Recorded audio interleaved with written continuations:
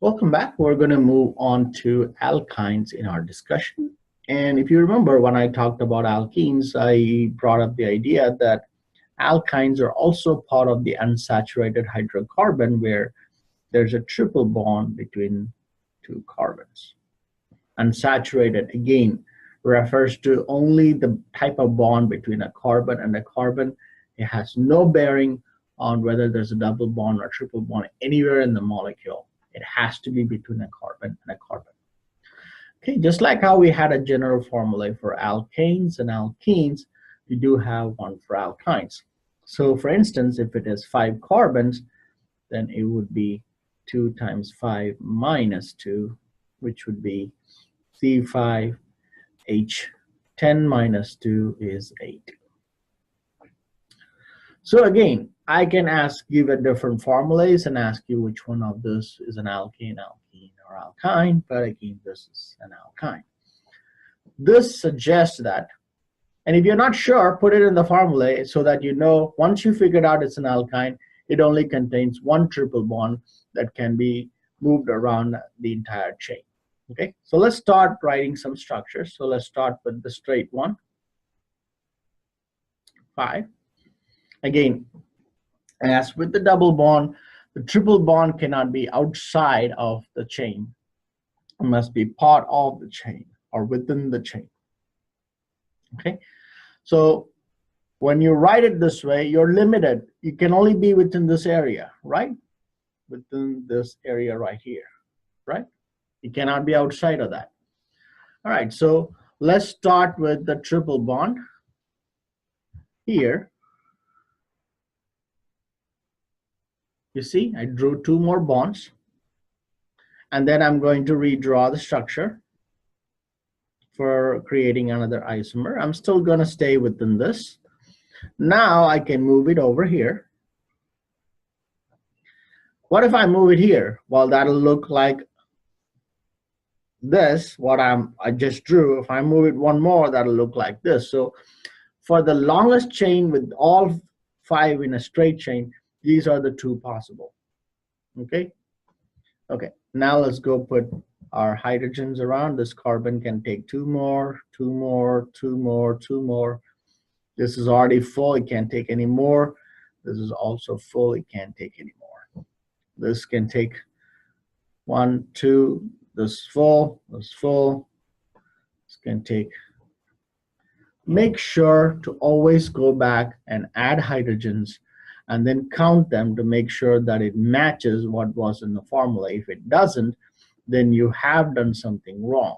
Now again, I'm not asking you to draw descriptive problems on a test because it's multiple choice, but you'll still be able to draw on your notebook or whatever, or paper, or on the test, and then able to match what you see.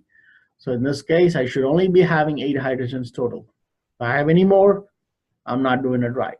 So 3, 5, 7, 8 hydrogens and 5 carbons. Similarly, 5 carbons and 8 hydrogens.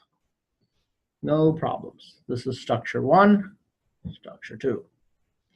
Let's redo one more. So structure 3. Now again, this time you start with 4. Again, the triple bond cannot be on the outside. So I'm going to put my 5th carbon here. It can only be inside. Well, here's a problem. Can I put another 2 bonds here? I have seen people desperately they just take my word without actually thinking. Because I said it should be inside, they force themselves. You have to decide whether there can be 2 more bonds between that carbon. Well, this can take 2 more, okay? It can be on the outside. So it can only be these 3 spots, but if I put it here, okay, if I put 2 bonds here, that makes it 5, okay? It's not possible, all right? That's just not going to happen. This carbon already has 3, so it can only have 1, which is outside, and this can have 2 more. This can have, 3 more, and this can have, I guess, just that 1. This cannot have any more because it's already taken. With this setup, this is where you can go, all right?